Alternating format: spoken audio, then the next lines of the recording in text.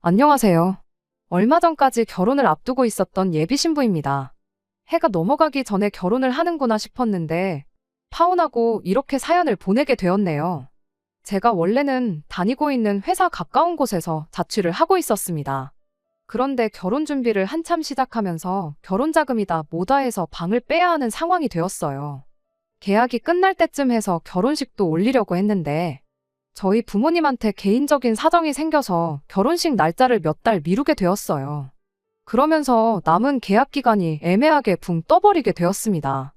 집주인분께 딱 2달만 연장해주면 안 되겠냐고 물어봤지만 이사 처리 애매해서 안 된다고 보기 좋게 거절당했지요. 6개월은 연장해줄 테니 생각해보라고 역제안을 해오셨지만 아무래도 아닌 건 아니었어요.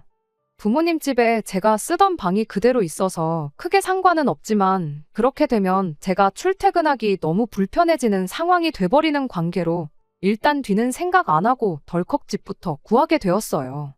신혼집을 구하는 과정에서 남자친구가 집이 구해지면 그냥 자기도 같이 들어가 살면 안 되냐고 물어왔습니다. 어차피 결혼식 날짜를 대충이나마 잡아놨는데 결혼한 거나 마찬가지 아니겠냐면서요. 사람 일 한 치 앞도 모르는 거라 파혼을 미리 예상하고 거절한 건 아니지만 괜히 남들 보는 눈도 있고 그냥 개인적으로 신혼생활은 결혼식 올리고 시작하는 게 더 좋겠다 싶어서 좋게 좋게 잘 설명하고 그냥 혼자서 지내기로 했죠. 그래서 남자친구는 그냥 회사 기숙사에 계속 머물게 되었어요. 저와는 다르게 기숙사다 보니 아무 때고 편할 때 나올 수 있어서 크게 문제되는 것도 없었고요. 파혼을 예상했다면 집부터 구할 일도 없었을 겁니다. 애초에 집을 구하라고 하셨던 건 저희 부모님이 먼저 제게 제안해 주셨기 때문에 가능한 일이었어요. 제가 직장 생활을 암만 오래 했다고 한들 아파트 하나 덜컥 살 만큼 모아놓은 상황은 아니었으니까요. 부모님께서 모자란 돈을 어느 정도 지원해 주신 덕분에 경기도 신도시 쪽에 20평대 아파트를 제 명의로 먼저 매매를 하게 되었습니다. 집을 제가 구한 이유가 따로 있는 건 아니에요. 애초에 결혼 준비하면서 모아놓은 돈이 남자친구에 비해 제가 훨씬 많았다 뿐이고 그리고 부모님이 도와주신 부분도 한몫했지요. 제가 집까지 해오면서 남자친구하고 결혼하고 싶어서 그랬던 것도 아니고요. 결혼이 혹시나 어그러지더라도 집은 남잖아요. 괜히 네 돈 얼마, 내 돈 얼마 해서 나중에 문제 생기는 것보다 한 사람 돈으로 하는 게 더 낫다고도 생각했습니다. 제가 모아놓은 돈이 남자친구에 비해 많다고 해서 제 직장이 남자친구 회사보다 좋은 곳이냐 물어보신다면 또 그런 것만도 아니에요. 동종업계랑 비교하면 월급이 많이 짠 편이거든요. 실제로 남자친구와 저의 벌이를 비교해보면 제가 훨씬 덜 벌기도 하고요. 다만 웬만해선 잘릴 일도 없이 안정적인 데다가 제가 처음 사회생활을 시작한 직장이다 보니 나름 애착도 있고 일이 익숙하고 편한 이유 때문에 아직도 다니고 있을 뿐입니다. 벌써 10년 차가 다 되어가는데도 처음 일 시작했을 때랑 비교해보면 아직도 같은 앞자리수 월급을 받고 있어요. 그에 비해서 남자친구는 이름 들으면 아실 분들은 다들 아실 법한 그런 회사 다니고 있습니다. 모아놓은 돈이 저보다 적은 이유는 취직한 지 아직 얼마 되지 않았기 때문이고요. 지금 당장 연봉만 두고 보면 제가 버는 만큼의 2배 가까이 받고 있어요. 연말에 터지는 상여금 생각하면 저보다 2배 넘게 번다고 봐도 무방하고요. 그래서 당장 제가 돈 얼마 더 모았고 부모님 도움받아 집을 해간다고 한들 길게 보면 결국 남자친구가 가장 역할을 하게 될 텐데 당장 돈 얼마 더 해가는 게 큰 문제가 된다고 생각하지 않았어요. 결혼이 앞으로 둘이서 잘 살자고 하는 거지 내가 잘났네, 네가 잘났네 서로 재면서 경쟁하려고 하는 것 아니잖아요. 그래도 신혼집에 들어갈 살림살이들은 남자친구 돈으로 하기로 했어요. 당장 주머니 사정상 중고차를 뽑아야 할 테지만 차도 남자친구 돈으로 하기로 했고요. 정말 이제 결혼식만 올리면 다 끝났다고 봐도 무방한 상황인데 정작 저희들은 아무 신경도 안 쓰는데 난데없이 남자친구 집 그러니까 제 시어머니가 되실 뻔했던 분이 난데없이 자격지심이 폭발해서는 결국 문제를 일으키네요. 남자친구가 지금은 잘 나가는 편이지만 예전에는 집안 형편이 그렇게 좋은 편이 아니었다고 합니다. 게다가 남자친구 아버지 되시는 분이 거액의 도박비까지 만들고선 가족들 버리고 야반도주를 했다고 해요. 공부에만 집중해도 모자랄 판인데 남자친구는 남들 학원 다니면서 부모님 도움으로 편하게 공부할 때 자기는 아르바이트를 했어야 했답니다. 졸업하고 바로 대학교를 갈 수 있었던 것도 아니었대요.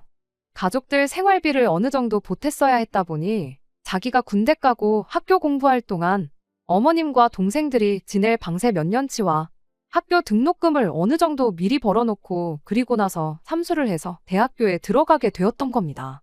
취직할 때도 처음부터 돈 많이 주는 회사 아니면 들어갈 생각도 없었답니다. 안 그래도 남들보다 졸업이 늦었는데 취직 준비로 또 2년 가까이 시간을 쏟아야 했다 보니 안 그래도 늦은 취직이 더 늦게 된 것이고 그래서 모아놓은 돈도 부족했던 거예요. 저는 다른 것보다 모든 목표를 이뤄낸 행동력과 끝까지 가족들을 책임지는 책임감을 높이 사고 이 사람과 결혼을 결정했던 거예요. 아무튼 말 그대로 남자친구는 그동안 자라오면서 집에 퍼주면 퍼줬지 땡전 한 푼 받은 거 없이 자라왔어요. 하지만 저랑 결혼하게 되면서 자기도 이제 자기의 가정이 생기는 것이니만큼 더 이상 가족들을 신경 쓰고 싶지 않다고 앞으로 자기 행복만 찾으며 살고 싶다고 말해왔습니다. 딱 자식으로서의 도리만 하고 살고 싶다고 했죠. 저는 저희 부모님하고 사이도 좋고 집 할 때 큰돈 턱턱 내어주실 정도로 도움도 평소에 많이 주셨거든요. 제가 그 돈을 모을 수 있었던 것 또한 제가 회사 근처에 혼자 살면서도 부모님께서 돈 모으라고 월세도 여태껏 도움을 주셨었기 때문이에요. 그러니 남자친구가 부모님하고 사이가 안 좋은 걸 보면 안타까웠습니다. 그렇지만 제가 어떻게 할 수 있는 게 아니잖아요. 부부싸움은 칼로 물베기라는데 가족 싸움은 오죽하겠나요? 그래서 제가 나서서 남자친구와 예비시 댁을 다시 화목하게 만들어줄 생각은 추호도 한 적 없습니다. 그냥 남자친구가 하자는 대로 따르기로 했어요. 결혼 후에도 말입니다. 그래도 가족이다 보니 결혼 이야기가 오고 가기 시작한 뒤에는 양가 부모님께 서로를 인사드리는 자리도 있었고 양가 상견례도 마친 상황이었습니다. 그나마 다행인 건 남자친구 본가가 가까운 곳이 아니라 부산이라는 사실이었습니다. 차라리 거리가 그렇게 멀어버리면 정말 명절 같은 날 아니면 같이 부대끼며 지낼 일도 없잖아요? 그러니 차라리 몇 번 볼 일 없게 서로 거리가 먼 게 천만다행이라고 생각했지요. 이따금씩 예비 시어머니는 저한테 카톡을 한두 개씩 보내기 시작했어요. 결혼 준비 잘 돼가냐, 잘 지내냐 하는 간단한 안부 연락들 같은걸요. 저 또한 묻는 말에는 전부 다 답장을 드렸고 저도 가끔씩 생각날 때마다 잘 지내시냐 먼저 안부 인사 정도만 묻고 그러고 있었습니다. 그러던 어느 날이었어요. 월요일이 빨간 날로 연휴라서 3일을 내리 쉬게 된 날이었습니다. 남자친구는 어쩌다 보니 연휴인데도 회사에 급한 일이 생겨 주말 출근을 해야 했고 덕분에 3일 연휴에 어디 가지도 못하고 집에 남아 있어야 했어요. 그래서 그냥 게으름 피우면서 씻지도 않고 침대에서 민기적거리고 있었습니다. 오전 11시쯤이 되어서 남자친구한테 전화가 왔어요. 원래 회사에서는 일한다고 전화도 잘 안 하는 스타일인데 웬일인가 싶었습니다. 전화를 받으니 남자친구는 다급한 목소리로 자기 어머니한테 전화가 오면 절대로 받지 말라고 회사라서 자세한 사정은 나중에 말해줄 테니까 절대 받지 말라고 말하고 곧바로 끊어버리더라고요. 무슨 일로 전화까지 해서 저러나 싶어서 생각에 잠기던 찰나에 곧장 핸드폰이 울려서 너무 깜짝 놀라 숨이 넘어갈 뻔했네요. 전화기를 보니 남자친구 어머니에게서 걸려온 전화였습니다. 남자친구가 시킨 대로 전화를 안 받았어요. 전화가 자동으로 끊어질 때까지 계속 울리더라고요. 전화가 끊어지기가 무섭게 쉬지 않고 전화가 계속해서 걸려오는 겁니다. 남자친구에게 받지 말라는 경고를 받았지만 10분이 넘도록 계속해서 전화를 걸고 있는데 그걸 또 일부러 안 받을 수가 없더라고요. 다른 사람도 아니고 어쨌든 예비 시어머니의 전화였으니 말입니다. 그래서 결국 씻고 있었다는 궁색한 변명을 하고 전화를 받을 수밖에 없었습니다.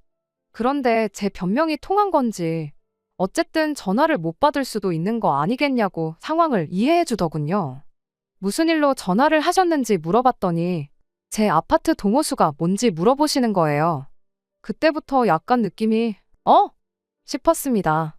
동호수는 왜 필요하시냐 물어봤는데 어머님이 부산에서 서울에 올 일이 있어서 우리 딸이랑 같이 올라왔는데 올라온 김에 우리 아들 집 좀 구경해보고 싶다고 오셨다는 거예요. 아직 남자친구 돈 하나 들어간 거 없고 명의도 내 이름으로 되어 있는데 다짜고짜 우리 아들 집이라고 하는 게 조금 기분이 그랬어요. 그래도 그때는 아기가 있어서 그런 거라는 생각하지 않았고 어차피 결혼하면 같이 살게 될 집이니까 그렇게 말했을 거라 생각했습니다.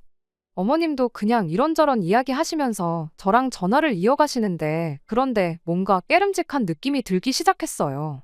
어머님이 귀가 안 좋으신 편이라 전화할 때 목소리가 좀 쩌렁쩌렁한 편인데 기분 탓인가 싶었는데 어머님 목소리가 근처에서 들리는 듯 싶었습니다. 설마 싶어서 베란다에 슬쩍 나가서 바깥을 봤는데 정말 온몸에 소름이 돋을 정도였어요. 저희 집이 4층이었거든요. 그래서 가끔씩 아파트 주차장 쪽에서 나는 소리가 집으로 그대로 들려올 때가 종종 있었어요. 그런데 남자친구 여동생하고 같이 해서 어머님이 아파트 주차장에서 저랑 큰 목소리로 통화를 하며 두리번거리고 있는 걸 딱 목격해버린 거예요. 애초에 집에 들어온다고 하면 제가 거절도 할 수 없게 아파트까지 와가지고 저한테 전화를 하신 거예요. 그것 때문에 남자친구가 전화를 받지 말라고 했구나 하는 생각이 들었습니다. 뭐 다른 방법이 없을까 하다가 어머님한테 아파트 인테리어 공사 때문에 주말 동안 공사하기로 일정이 되어 있고 지금 남자친구가 연휴 동안 출근하게 되어서 저도 지금 회사 나와서 일하고 있다고 적당히 둘러댔습니다. 어머님은 제가 어머님이 아파트 단지 안까지 들어와 있다는 걸 알고 있는지 모르는 상황이었으니 그냥 집만 슬쩍 보고 간다고 몇 동, 몇 호인지 알려달라는 걸 제가 집 정리 끝나고 하면 정식으로 초대할게요 하면서 얼버무리면서 상황을 무마해서 넘겼어요. 베란다에서 숨죽여서 지켜보고 있는데 어머님은 계속 돌아다니면서 아파트 단지 이곳저곳을 왔다 갔다 하시더라고요. 인테리어 공사 중이라고 말했으니 공사하고 있는 곳을 찾으시려 했던 것 같습니다. 그러다가 이내 포기하고 아파트 단지 밖으로 나가는 모습까지 목격하고 나서야 저도 한숨 돌릴 수 있었습니다. 그런데 또 한편으로는 어머님이 어디 숨어서 지켜보고 있지 않을까 싶은 생각에 저녁 바깥이 깜깜해질 때까지 겁이 나서 밖에도 못 나가고 있었어요. 남자친구한테 어머님이 내 집은 어떻게 알고 찾아오셨을까 물어봤어요. 혹시 내 집이 어디인지 말해줬냐고요. 남자친구가 자기가 가족들하고 그런 대화 주고받을 만큼 친해 보였냐고 그럴 리 없지 않냐고 하는 겁니다. 어떻게 알아냈을까 곰곰이 생각을 해보다가 또 소름이 돋았습니다. 생각해보니 제가 집 계약 마무리하고 끝전을 치르고 드디어 내 집이 생겼다는 기쁨에 제 카톡 프로필 사진을 아파트 사진을 찍어서 바꿔놓았던 적이 있거든요. 거기에 붙어있는 아파트 이름을 보고 아파트가 어디인지 찾아봤던 거예요. 정말 그것 말고는 어떻게 알아낼 방법이 없었던 상황이고 아파트 단지까지는 들어왔는데 동호수를 물어보셨던 걸로 봐서 제가 사는 곳까지는 찾아왔지만 상세한 주소를 알지 못해 결국 포기하고 돌아가셨던 거죠. 남자친구한테 그런데 어머님이 부산에서 여기까지 진짜 왜 찾아오셨을까? 서울에 볼 일이 있다고는 했지만 제가 사는 지역이 경기도권에서도 신도시 인근에 있는 구도심이라서 솔직히 여기까지 오려면 지하철 타고 최대한 근처까지 진입해서 버스 타고 가는 것 말고는 따로 방법이 없는 곳이나 마찬가지거든요. 그런데 그 일이 있던 뒤로 바로 다음 주 일이었어요. 제가 실수를 해버리고 만 것이죠. 남자친구 앞으로 급한 등기가 본가로 잘못 배달되었다고 남자친구 여동생이 저한테 다시 보내주겠다고 주소를 알려달라고 했어요. 급한 서류인 것 같았고 남자친구가 연락이 안 되는 상황에서 기숙사로 보냈다 분실 우려도 있고 해서 제가 대신 받기로 했던 거예요. 그런데 그날 저녁에 겨우 연락이 닿은 남자친구가 자기 급하게 처리할 서류 같은 거 없다고 하더니 둘 다 동시에 앞불싸 하면서 예비시댁에서 내 집 주소를 알아내려고 수작을 부린 거구나 하는 걸 눈치채게 되었어요. 덕분에 남자친구가 한동안 주말에는 어디 나가지도 않고 저랑 같이 제 명의로 된 집에 머물면서 언제 쳐들어올지 모르는 자기 가족들을 같이 맞이할 준비를 하고 있었습니다. 아니나 다를까 주소 알아내자마자 얼씨구나 하고 한 달도 안 걸려서 다시 집 앞까지 찾아왔더군요. 이번에도 연락은 당연히 없었습니다. 다행히 남자친구가 같이 있어준 덕분에 걱정이 되거나 하지는 않았어요. 들어오자마자부터 집이 참 아늑하니 좋네 하면서 예비신우랑 같이 해서 집안 구석구석을 돌아다니더라고요. 선반장도 하나씩 하나씩 다 열어보고 나중에는 제 옷방에 가서 옷장도 열어보고 옷도 한 번씩 꺼내보는 겁니다. 집 구경하러 왔다고 해놓곤 제가 어떻게 갖춰놓고 사는지 확인해보러 온 것처럼 보였어요. 누가 보면 마치 자기 집인 것 마냥 행동하더라니까요. 특히나 제가 아끼는 옷들 꺼내서 괜히 자기 몸에 대보면서 이 옷은 언니보다 나한테 더 잘 어울리지 않냐? 엄마한테 더 잘 어울리는 것 같다 하면서 예비시모랑 예비신우 서로 번갈아 가면서 입어보고 난리도 아니더라고요. 제 표정이 어두워지니 남자친구가 어쩐 일로 말도 없이 오셨냐고 연락 없이 이렇게 불쑥 찾아오는 게 어딨냐며 짜증을 부렸어요. 어머님은 또 내 아들 집에 내가 오는데 허락까지 받고 와야 되냐 하더군요. 남자친구가 어머님한테 뭘 모르고 하시는 말씀인 것 같은데 이 집은 자기 명의가 아니고 제 명의로 되어 있다고 한마디 하더라고요. 그러니 따지고 보면 어머니가 남의 집에 허락도 없이 들어오신 거니 큰 실례가 맞다 하면서 나중에 결혼하고 나서 혼수랑 다 갖춰놓고 그러면 집들이로 초대할 테니 그때 오시라고 이만 들어가시라고 말을 마쳤죠. 그런데 어머님은 다른 말은 다 무시하고 이 집이 저 혼자만의 명의로 되어 있다는 말에만 반응을 하셨어요. 남자친구한테 왜 이게 니네 집이 아닐 수가 있냐, 그게 말이나 되냐고 하면서 왜 공동명의를 하지 않았느냐고 화살을 저한테 돌리더라고요. 아직 남자친구 돈 들어간 거 한 푼도 없는데 어떻게 명의를 그렇게 하냐고 저도 대답을 했지요. 반대 상황이었으면 공동명의로 해도 아무 말 안 하셨을 거냐고요. 어머님은 그래도 그러면 안 되는 거다 하면서 집 명의를 네 걸로 해놓으면 우리 아들이 이 집에서 길을 못 피지 않겠느냐고 하는 겁니다. 듣자 하니 다니는 회사도 별 볼 일 없는 회사 같은데 우리 대기업 다니는 아들이 저한테 기죽을 거 하나도 없지 않는 상황인 거 모르냐면서요. 네가 집까지 해오면서 우리 아들하고 결혼하려는 거 보면 안 봐도 답이 나온다고. 그러더니 남자친구한테 너는 애가 그렇게 순진해서 남들한테 이용만 당하는 거라 한마디 하시더군요. 누가 할 소리인가 싶었죠. 집에 돈이 모자라다고 학교도 졸업 안 한 아들 아르바이트 내보내면서 인생 계획을 몇 년이나 늦추게 만든 장본인이나 다름없는 사람이 사람 착한 본성을 가지고 이용해 먹네 만에 그딴 말을 하고 있었으니까요.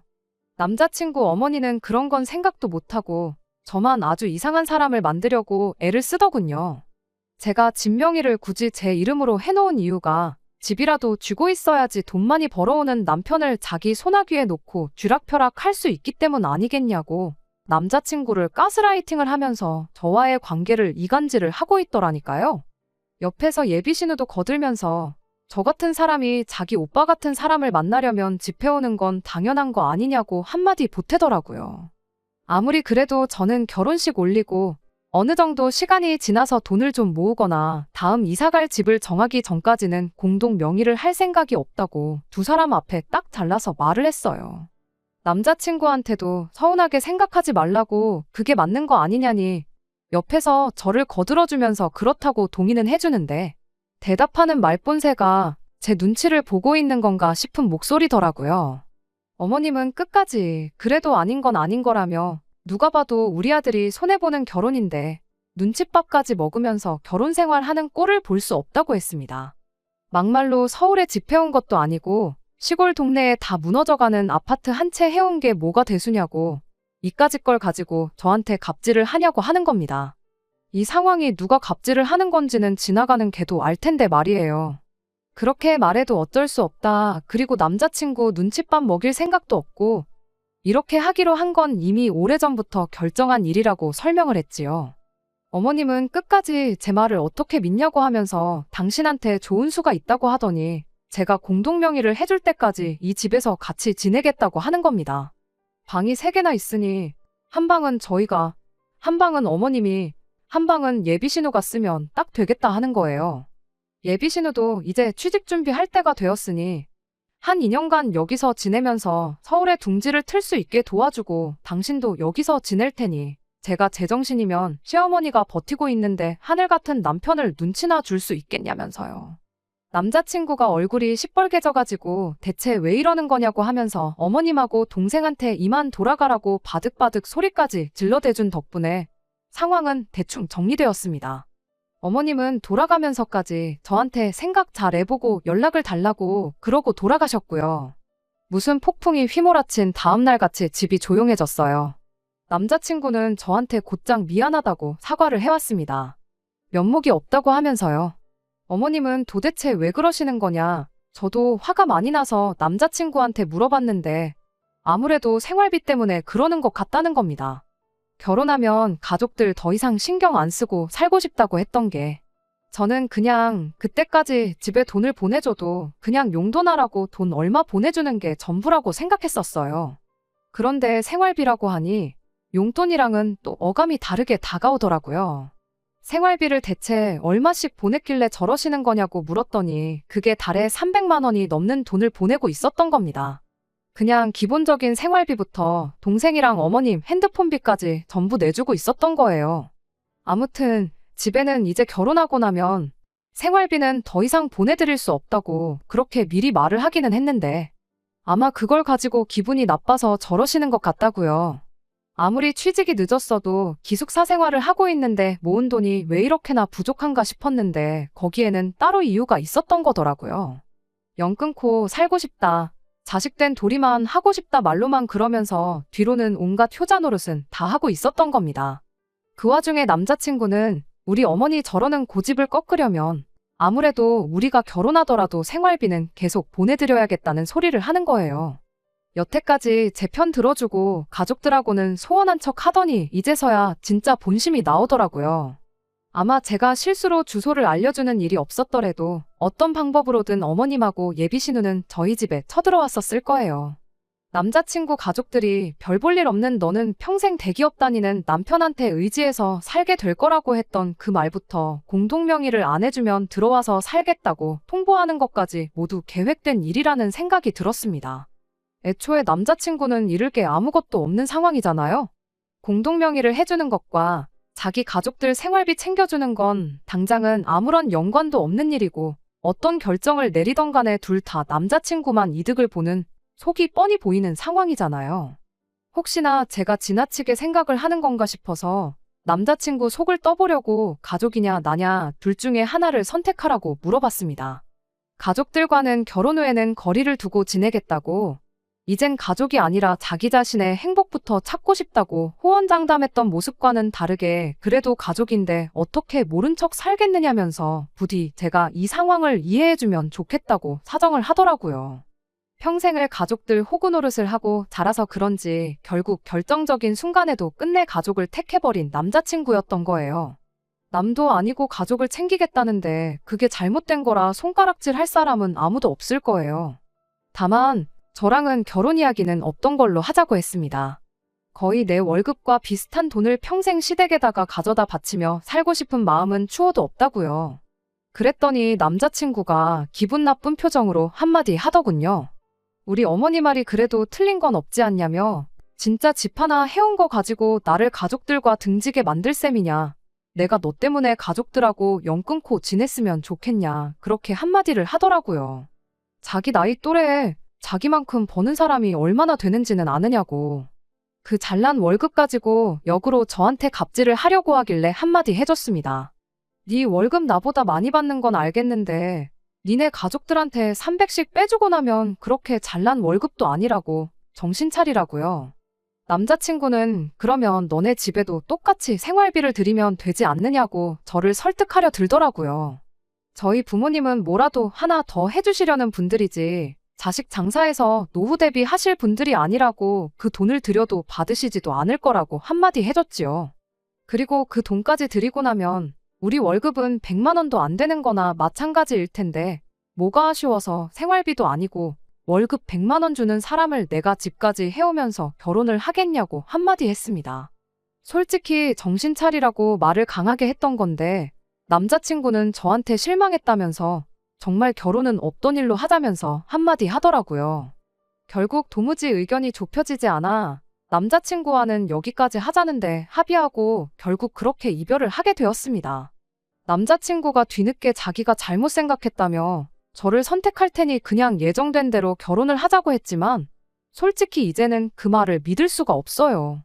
나중에 같은 일로 배신당해 상처를 받느니 그냥 없던 일로 하는 게 더 좋을 것 같다 말해줬습니다. 혹자는 저한테 그냥 시댁에 생활비 주고 남자친구랑 결혼하지 그랬냐 벤츠 놓쳤다 하는 사람도 있어요. 남자친구는 앞으로 수입이 더 커질 테고, 저는 아이 생기고 그러면 직장 생활도 더 못할 거고, 나이 더 먹으면 결혼도 힘들 거라고요. 하지만 제가 진짜 남자친구와 헤어지길 결심한 이유는 앞으로 이런 식의 같은 일들이 계속해서 반복될 거라는 생각 때문입니다. 수입이 커지면 커지는 대로 더 많은 생활비를 요구해 올 테고, 생활비가 아니더라도 매번 가족이라는 이유 하나만으로 이것저것 바래오실 텐데, 그 꼴을 제가 견뎌낼 수 없겠다는 게 저희 결론이었거든요. 결국 중요한 순간에는 배우자가 아닌 가족들의 편을 들어주는 남자를 어떻게 믿고 평생을 살겠어요? 설령 제가 진짜 벤츠를 놓친 바보 같은 결정을 내렸다 하더라도 저는 이 결정에 후회가 없습니다. 오히려 질질 끌지 않고 빠른 결정을 내린 걸 100번, 1000번 잘했다 생각하려고요. 벤츠라고 다 같은 벤츠도 아니고 고장이 안 나는 것도 아니잖아요. 벤츠보다 더 좋은 차도 많다고 하고 요즘은 국산차도 외제차 못지 않다는데 꼭 다음 사람이 벤츠가 아니라도 상관없어요. 결혼했으면 가족들보다 배우자를 더 챙기는 그런 사람이야말로 진국 아니겠어요? 끝까지 들어주셔서 감사합니다. 오늘의 사연은 여기까지입니다. 구독과 좋아요, 알람 설정 부탁드리고 더 좋은 사연으로 다시 찾아뵙겠습니다. 감사합니다.